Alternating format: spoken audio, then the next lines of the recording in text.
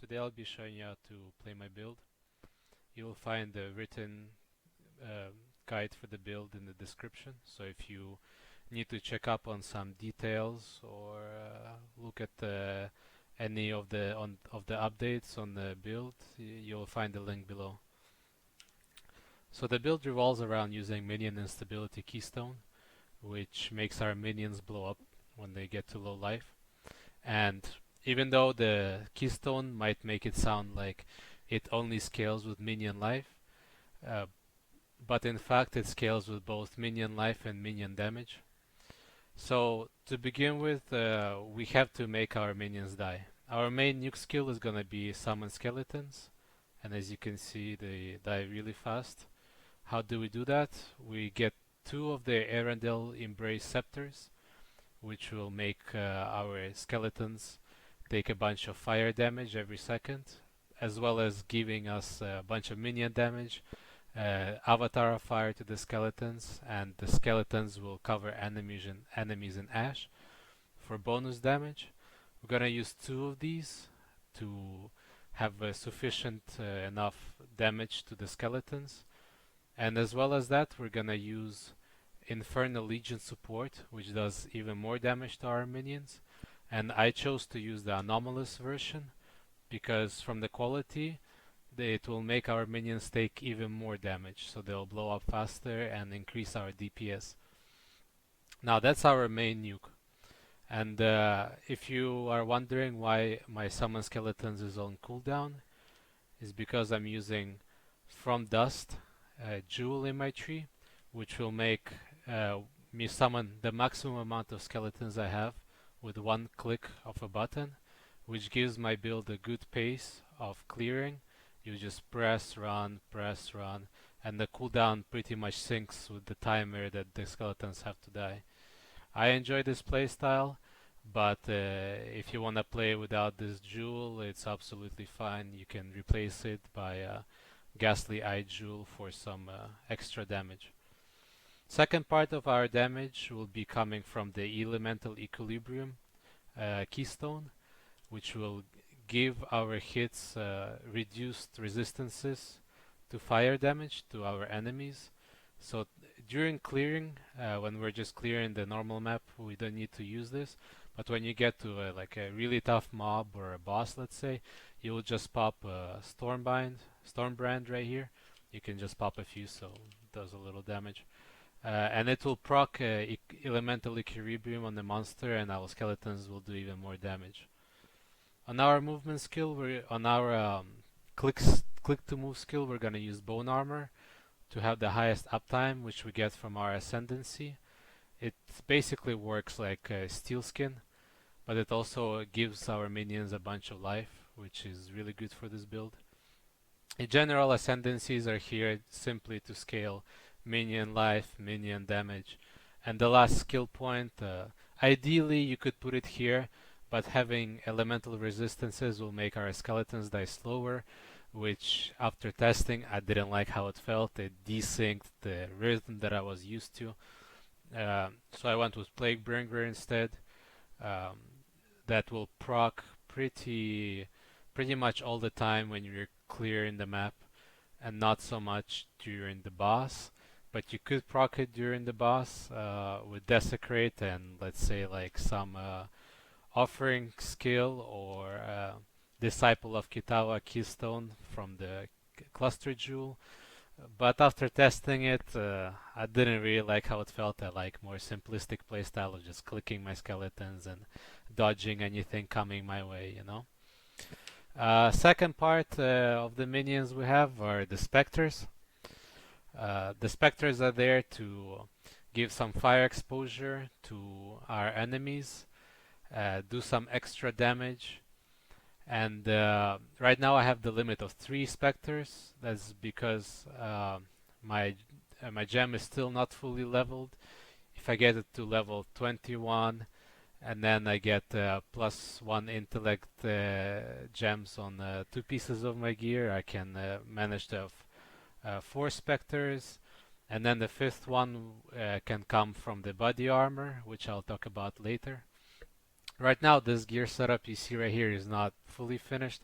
It's what I've been playing with right now, but I don't really have the budget to push it further right now, as I just bought this helmet. Pretty good helmet, but paid 3x for it, which is quite a bargain in my opinion. Gives everything we need. Now back to the guide. The zombies are here for the meat shield. They're gonna block some projectiles coming our way, and they can do some extra damage. Nothing very special. We also have the stone golem. Where is he? He's right here. The stone golem is giving us HP regen. Although I'm gonna be testing playing with the chaos golem instead to give us some extra physical damage reduction. Um, I think that will be better. So the stone golem, it's a questionable choice right now. I like the anomalous version of the gem because it increases the buff effect of the golem, which is overall just good. Another unique that is pretty mandatory for this build is a profane proxy because we're gonna be using skitter bots. And having this ring in the left slot will make our chilling skitter bot to apply our curse flammability, so we don't have to have a gem setup where it's like curse and hit. I think it's just a waste of gems. This will have consistent application of flammability on during mapping, during bossing, basically during any content, as our skitter bots are super fast and it's just passively applying this curse. Um, our auras, I'm using discipline, clarity right now, and skitterbots. Clarity will give us consistent mana. As you can see, like summoning our skeletons can take some mana, and when you're zooming around the map, one, you don't want to be taking up a flask spot with a mana flask. I don't want to invest any of my nodes into reducing mana cost. I think they'll be wasteful. And there is a good interaction with the Watcher's Eye that Clarity has that I'll talk about later, which makes this pretty mandatory aura to run, as well as Discipline. As you can see, we have quite a good life pool, but we also have a big energy shield. That's because we're running the Glorious Vanity Timeless Jewel, which will give us the keystone of having a percentage of our maximum life converted to energy shield. This is extra defense. This is something you should do once you get a little bit of a budget. Once you start running this build, then you see like because this jewel costs around 1 exalt, I think. So it's not something you should get straight away. But once you start getting to the higher tier maps and you need some of the extra defense, I think it's the best option we have. And we scale the energy shield further with discipline. For other jewels, I'm using the Ghastly Eye Jewel right here. This is the perfect one in my opinion. It gives our minions extra life and extra damage when we use a minion skill, and we're pretty much using minion skills all the time because we're summoning our skeletons. This is basically a 28% flat damage increase to our skeleton instability damage. As I shown from Dust already, not completely necessary. You can run another one of these jewels in here. I just like the playstyle. What else do we have here? Thread of Hope, pretty important. Even though it takes off some of our elemental resistances, we can take these two important nodes on our tree. This one gives us resist and life, and this one gives us a lot of damage. Now this damage doesn't only scale with our skeletons, it also gives more damage to our specters, which do quite a bit of damage by themselves, especially during clearing. Now, this version of the tree I'm running because I haven't acquired the Watcher's Eye that I'm planning to acquire. You can see the tree that I would be running if I had it in the written guide that's in the description below. Basically what would be different is that instead of using this cluster jewel point here, we'll take off the points here and invest them down here. This way we're gonna pick up more armor, energy shield here, more armor. Basically the theme here is armor, and we're gonna have this jewel socket here where the Watcher's Eye is gonna go. Now To explain the Watcher's Eye that I'm going for, is going to be a Watcher's Eye that gives us a percentage of our maximum mana as energy shield when we have clarity. Is going to give us increased physical damage reduction when we have determination, and is going to give us a flat amount of armor with determination. You might be asking, well, why the hell would you need that? We don't run determination. Well, I think that if I manage to acquire this Watcher's Eye, and I haven't because I simply have never seen one pop up on trade, um, we would switch out this Desecrate gem we have here because it's pretty useless. I don't even know why it's here, but it's from some previous testing I was doing. We're gonna switch up Desecrate to Determination, and we're gonna switch our necklace to, I think it's called the Owl's Uprising, with a version that makes our Determination reserve no mana, and that's gonna give us a lot more physical damage reduction, as what we have right now is only 650 armor. It's not that much. With that, with Determination and all the Watcher's Eye modifications and the tree modifications that I talked about, we should easily hit around, let's say, like 4.5, 5,000 armor, which is much better than the pitiful amount of armor I have right now, to be honest. What else is important? Gear, other gear, helmet is pretty important. You don't need this to start with. However, once you get some currency, the first piece you should get is the helmet.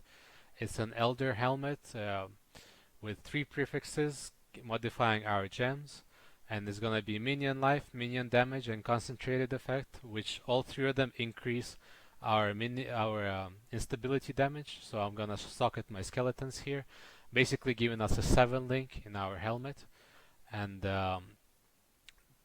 6 link chest piece, pretty important to socket our specters, but it's not necessary to have it in the beginning. If you start off with the 4 link or 5 link, it's absolutely fine. It's not a big deal. Having darkness enthroned, also not absolutely necessary.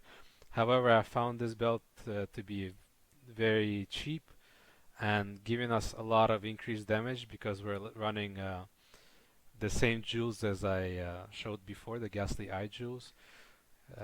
And because there are 2 of them and the belt increases their effect, it gives us a lot of extra damage.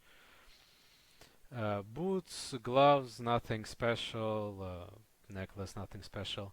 The ring, I would advise to get the Redeemer's Influence on the ring so we can get minion damage roll on it. And Chaos Resistance would be really nice as well. The main stats we're trying to scale is life, minion damage, our resistances, and chaos resistance. As right now I have not had the chance to cap my chaos resistance, but I will be able to easily do so once I get my Watcher's Eye, switch to Determination, and that's when it's gonna free up my budget to switch this chest piece. And the chest piece that I do want to get, there is a good example on PoE trade right here. It's gonna give us an extra Spectre. It's gonna give us a bunch of... Where the hell did it go? What happened? Well, anyway, let's look at this one. It's gonna give us life, chaos resistance, and number of specters. That's the one parts we care about.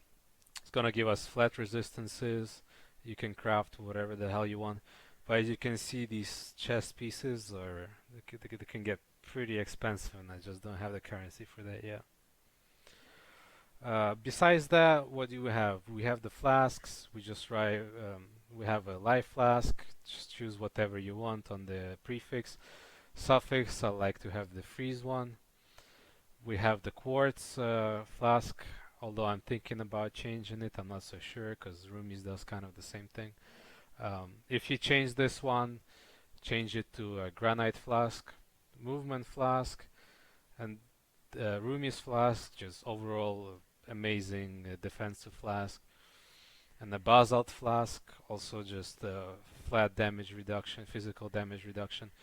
Don't forget to have suffixes on these flasks to make yourself immune to ailments. Pretty critical for your survival. And besides that, yeah, the build speaks for itself. As you saw from the gameplay, we have very fast clear speed. The bosses just get deleted. Um, I guess one another thing I should mention is you have Val skeletons as your on-demand nuke. And you have your Val molten shell as that on-demand, like if you know that big hit is coming or the boss is about to do some mechanic that you're bad at dodging, like me, or there is some damage that's just gonna happen and you don't have the time to dodge it. Just press Val molten shell. It's probably gonna save your life. It's great. Uh, but that's it, guys. I think I went over everything I wanted to go over, and if you have any questions, please comment below or look at the written guide. Maybe there's some things that I covered there that I haven't covered here. Um, you'll find the cluster jewel setup in the written guide as well. And besides that, thank you for watching, guys. I hope you like this build. If you have any improvements that you can think I can implement, please let me know. I'm open to suggestions. Um, Thank you and take care. Peace.